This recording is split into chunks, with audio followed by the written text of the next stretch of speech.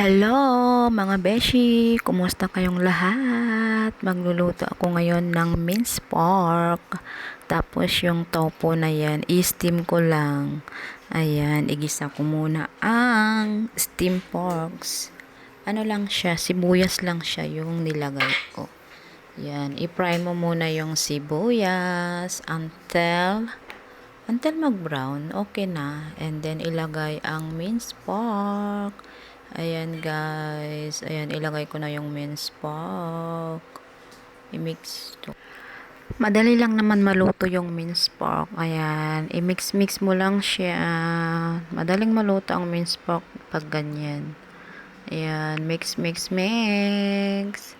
And then, lalagyan mo na ng mga ricado o oyster sauce, soya sauce, white pepper, and then nilagyan ko rin siya ng little bit of brown sugar. Wow, sana all little bit. Ayan, i-mix-mix mo lang siya, guys. And then, after na mix yan, syempre, tignan mo kung anong lasa, matabang o katamtaman. Ganon, mga beshi. Ayan na nga, dinagyan ko na ng soya sauce. Ayan na po yung soya sauce. Ayan, konti-konti lang, baka mamaya maalat. Mahirap kasi bawasan na pag maalat na. Mas maganda yung matabang, then add lang siya. Ayan, guys, nilagyan ko na ulit ng soya sauce.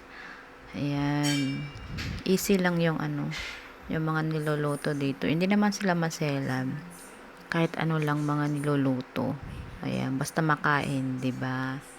Ayan.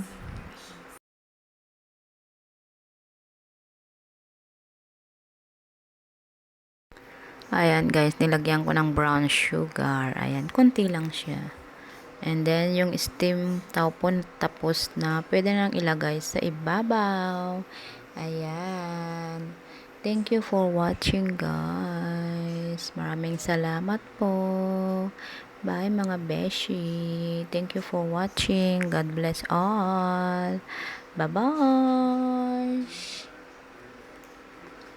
Ayan. Pwede na po tayong kumain. Kain na. Thank you.